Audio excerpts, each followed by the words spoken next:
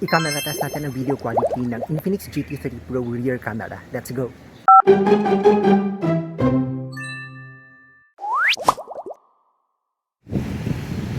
Ito yung quality niya sa rear camera during daytime.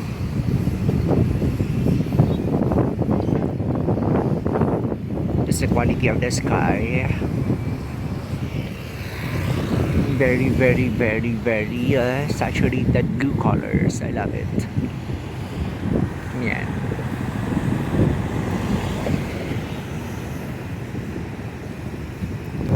Another camera test ng video quality. Camera mic on, sobrang mahangin dito. Yan.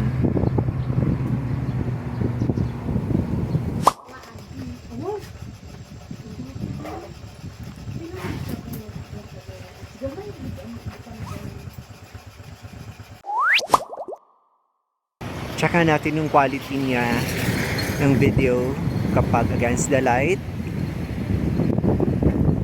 Yan, meron siyang reflection dyan. Ganyan yung reaction niya kapag may flare, kapag against the light.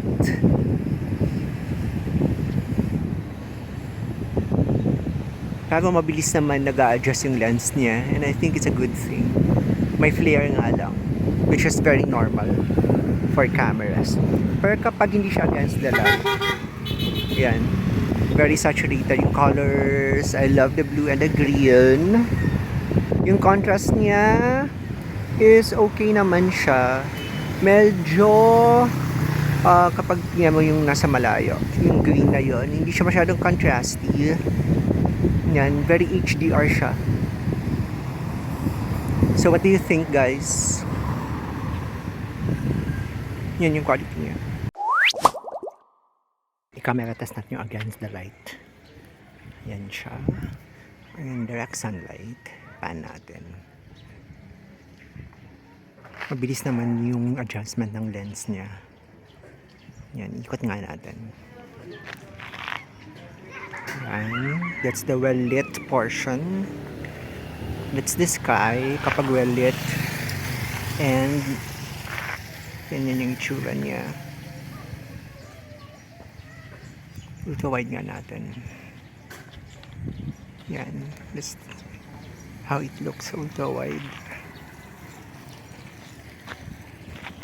Yan yung itsura niya.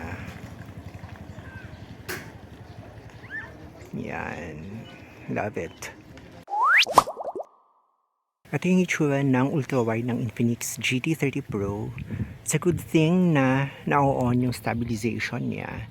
So tingnan natin yung 1. Yan yung itsura niya. 3. So zoom natin to 4.5, 5, 6, 7, 8, 9. Medyo blurry na, no? 10. Yan yung max niya.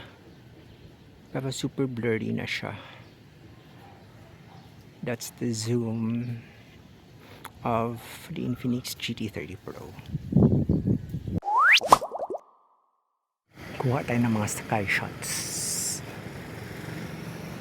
Gusto ko yung saturation as a person who likes saturated things. So sa totoong buhay, hindi masyadong saturated yung sky na to, yung blue niya. Pero saturated siya dito. Pati yung green niya medyo saturated. Pati yung red.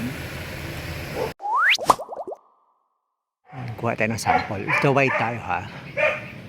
Oh, okay. Nag-change yung color niya. Oh, look. Medyo bluish siya. Tingnan yung pag nag-ultra wide, bumababa yung saturation and mas malapit sa reality yung kulay niya.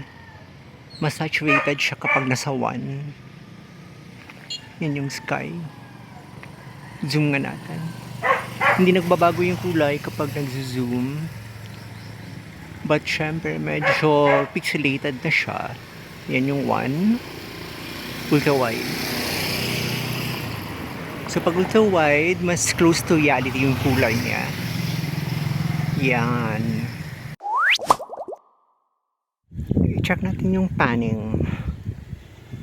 Yan, mabilis yung panning from left to right, right to left. Naka 1 lang yung camera niya. Ganyan siya. Tingnan na natin sa against the light. Pan natin. That's the panning.